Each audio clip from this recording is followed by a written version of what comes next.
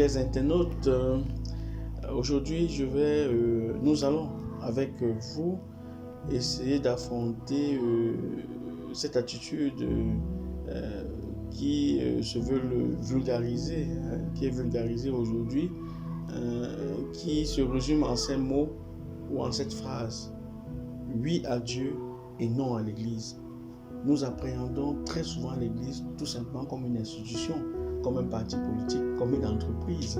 Et voilà, et c'est pourquoi certains disant dans cette approche disent: oui, je crois en Dieu, mais je refuse l'Église. Je voudrais tout d'abord me poser la question: pourquoi est-ce qu'ils refusent l'Église? Ils refusent l'Église, ces personnes, parce qu'il y a des personnes dans l'Église qui ont certainement agi pas comme l'Église le recommande. Comme dans tout espace humain, il y a certainement eu des brebis galeuses qui ont heurté la foi des uns et des autres. Et donc, nous avons également l'Église dans son histoire, a certainement, à travers ses hommes, a certainement eu à accomplir des actes qui n'ont pas pu appeler. Nous avons la période de l'Inquisition, par exemple, où il y avait des conversions forcées. Et le pape Jean-Paul II, de vénérée mémoire, le saint pape Jean-Paul II, avait à cette occasion demandé pardon officiellement pour toutes les actions négatives que l'Église a pu commettre au cours de son histoire. Et il faudrait le savoir, l'Église, composée d'hommes et de femmes, pas parfait, ça c'est sûr, a certainement eu à commettre, et peut-être aujourd'hui encore, continue de commettre des dégâts dans notre société ou dans notre environnement, dans votre environnement. C'est légitime que de penser que l'Église heurte parfois à travers ses hommes, pas l'Église en elle-même, mais à travers ses hommes heurte parfois des sensibilités. Mais n'oublions pas aussi que l'Église a contribué à l'essor de nos sociétés.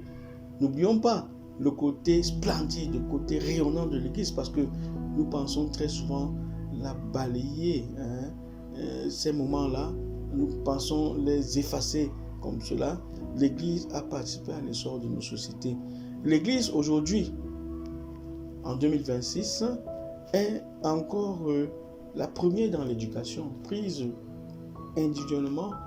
L'Église est la première dans l'éducation. Les établissements, les universités et tout ce que nous connaissons, l'Église dans la santé, elle agit beaucoup dans la santé. L'assistance aux personnes démunies. N'oublions pas la vie des saints. Il y a même des saints africains, des saints venant de tous les continents, et qui sont des personnes qui ont justement permis à l'Église d'avoir une très grande visibilité. Mais où nous voulons justement atterrir, c'est de savoir que l'origine de l'Église, ce ne sont pas les hommes. L'origine de l'Église, c'est Jésus-Christ. C'est pourquoi on appelle l'Église le corps du Christ. Oui, l'Église sert à quoi fondamentalement? L'Église sert à évangéliser, à l'administration des sacrements. S'il n'y a pas d'Église, comment on va recevoir le baptême? Comment on va recevoir tous les autres sacrements? Comment on va recevoir le sacrement de pénitence et tout ce que nous connaissons? Comment est-ce qu'on va recevoir le sacrement de mariage? Il faut que l'Église... L'Eucharistie, le Christ disait à ses disciples: vous ferez cela en mémoire de moi. L'action, le ministère de l'Eucharistie, c'est un ministère recommandé par Jésus-Christ. Vous ferez cela en mémoire de moi. Ce ne sont pas des individus, c'est le Christ lui-même qui a demandé de le faire. Et sachant que la foi se reçoit et se transmet dans l'Église. Et en fin de compte, on est libre d'appartenir à cette Église ou pas. Mais c'est important de mourir, de naître dans l'Église, de vivre dans l'Église et de mourir dans l'Église. Que le Seigneur nous aide à ne pas minimiser ou banaliser notre Église, à être véritablement intégré dans le corps du Christ qui est l'Église.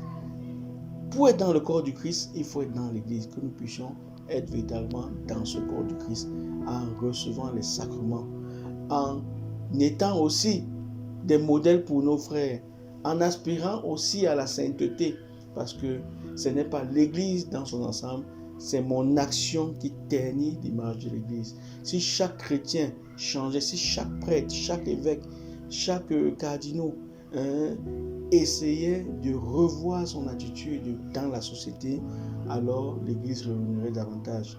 Que cette mission qui consiste à évangéliser soit justement une priorité pour chaque chrétien, ceci pour accompagner ceux et celles qui ont une foi fragile et qui ne puissent que dire oui à Dieu et non à l'Église, en sachant que Dieu et l'Église sont intimement liés. Il n'y a pas de séparation possible.